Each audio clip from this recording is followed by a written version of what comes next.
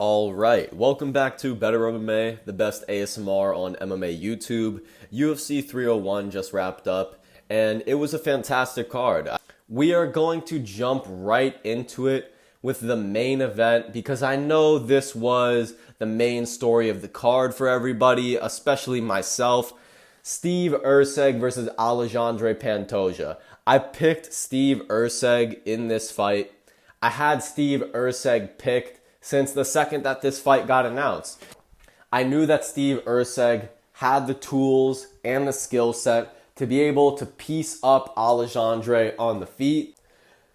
To go over a quick overview of the fight, Alexandre Pantoja won the first round through his grappling pressure and throwing big hooks on the feet. Second round clearly is Steve Erceg. Steve Erceg starts to manage the distance better, pop his jab. Like I said in my prediction videos, when Alexandre is rushing in all squared up, Steve Erceg is going to cut an angle and start popping Alexandre with shots. Steve Erceg wins the second round. The third round was very competitive on the feet. Both were landing in the pocket, some very big shots.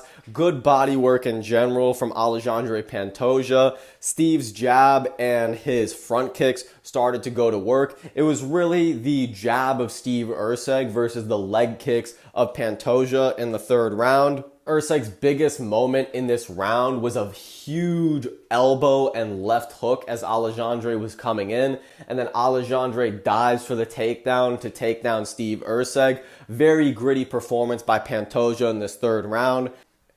In between the third and fourth round, Alexandre's coaches tell him that he's up 3 rounds. So when it comes to the fourth round, Alexandre just takes the round off, circles around the fence. Steve Erceg is able to start popping him with his jab and his front kick, starts setting up his left hook. The biggest problem starting in this fourth round is that Steve Erceg, when he has Pantoja backed up against the fence, for some reason, he starts diving for Pantoja's legs. And as I said in my prediction video, if there's one way that Steve Erceg wins this fight, he has to have a perfect 25 minutes, and he cannot play into Alexandre's game.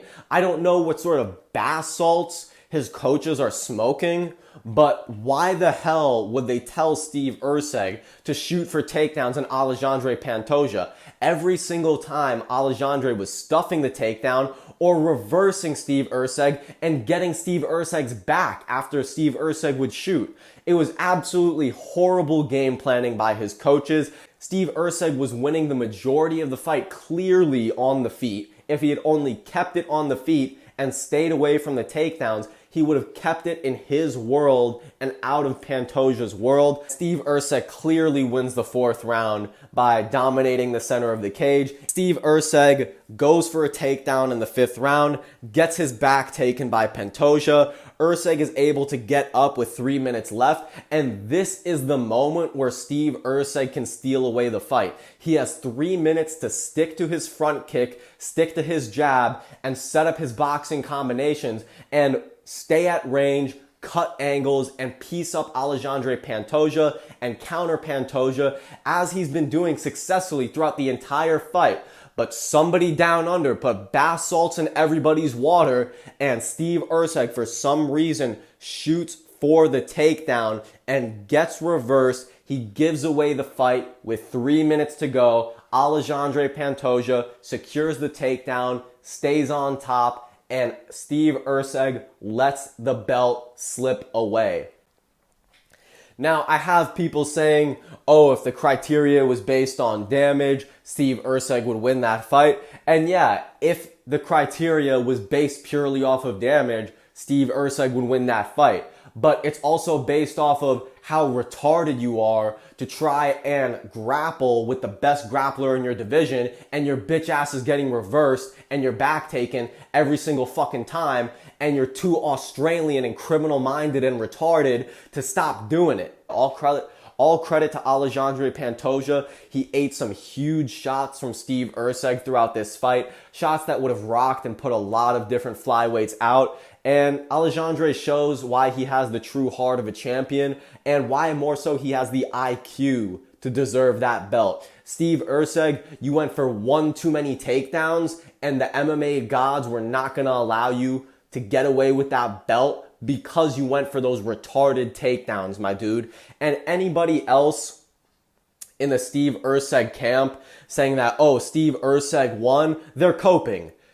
Pantoja clearly won 3-2. The last takedown in the last 3 minutes of that 5th round determined the fight. If only Steve Erceg had a brain and kept it on the feet and stayed with his jab and his front kick and his boxing, he would have won that fight. It would have been the biggest upset in flyweight history.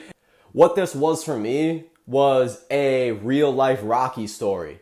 You know, everybody was counting Steve Erceg out, saying, what's a Steve Erceg? Only been in the UFC for a couple of years, only has 3 fights. Everybody was shitting on Steve Erceg coming into this fight. And I was saying, look at the stylistic matchup. Look at the details. And what did it show on Saturday night? Steve Erceg put up the best performance against Alexandre Pantoja that I've ever seen.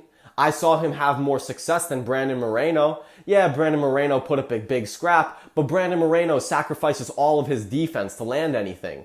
Steve Erceg looked great, looked very clean on the feet. He was outboxing, outpiecing the champion the entire fight, if you ask me. There were moments where he was standing in front of Pantoja, admiring his work and getting clipped. That's something that I brought up in my analysis video that I just dropped the other day. But Steve Erceg, even though he lost, he still proved everybody wrong. He still proved to everybody that he is a top 5, if not a top 3 talent in the UFC flyweight division, and he has the potential to still become champion one day. Steve Erceg is the Australian Rocky Balboa. He showed us you can go up against the champion, you could get doubted by everybody, but you could go out there, have a great performance, and prove everybody wrong, even in a losing effort. So even though I'm super pissed at Steve Erceg and his coaches for encouraging him to go for takedowns, that was the stupidest move he made throughout the entire fight, was those takedowns. It did nothing but put him in bad positions over and over and over again.